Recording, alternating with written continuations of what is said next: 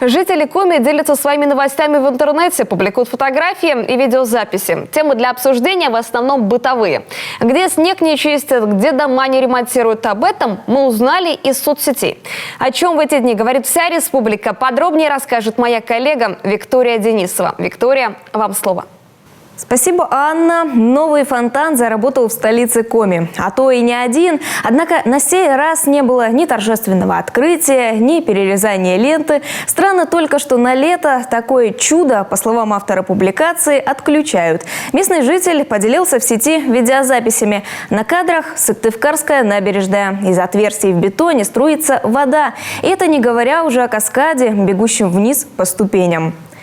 Часть потолка обрушилась прямо на стол режиссера. Благо, дело было ночью и никто не пострадал. Речь о Национальном музыкально-драматическом театре Коми. Зал закрыли для зрителей еще больше года назад. Вот только репетиции в нем никто не отменял. Хотя, судя по всему, стоило бы. Между тем, капремонт кровли здания все же проводили. Вот только уберечь от возможной трагедии такая реконструкция сможет едва ли. Создавать деревянные мостки приходится прямо в здании. Всему виной лужи и в подъезде, и в квартирах. Повсюду вода. Такой проблемой в сети делятся жильцы одного из домов по улице Зои Космодемьянской в Сыктывкаре. Разваливающийся дом буквально уходит под воду вместе с живущими в нем людьми. Жалобы услышали. В столице Коми аварийными признали 16 домов.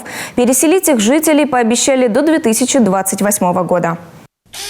Утром колдобины, можно ноги сломать, а вечером снежная каша по щиколотку. Зимой после снегопадов еще как-то убирали, теперь надеются на весну.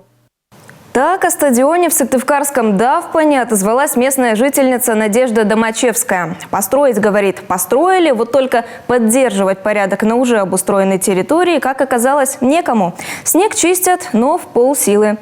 Воркутинцам в этом плане не повезло больше. Индекс пешеходной доступности. С такой припиской в одной из групп ВКонтакте местный житель опубликовал фотографии. На них тротуар, вернее его отсутствие. Дорожку то ли замело, то ли нарочно кто-то засыпал снегом, неизвестно. Из-под сугробов виднеется только придорожное ограждение. Ну а мы ждем ваших сообщений в группе телеканала Юрган ВКонтакте, чтобы поделиться ими со всей республикой. Анна, эфир ваш.